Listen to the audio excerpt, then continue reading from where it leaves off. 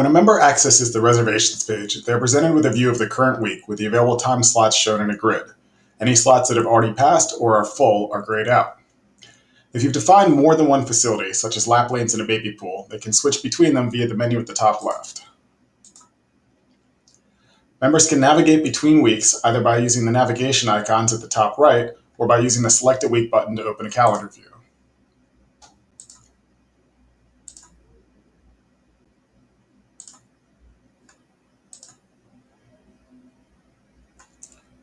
Hovering over any time slot shows the number of remaining spaces available.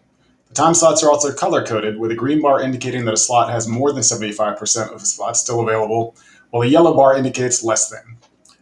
Clicking on a time slot opens up a reservation form with any paid members of the account listed. Unpaid members are not displayed.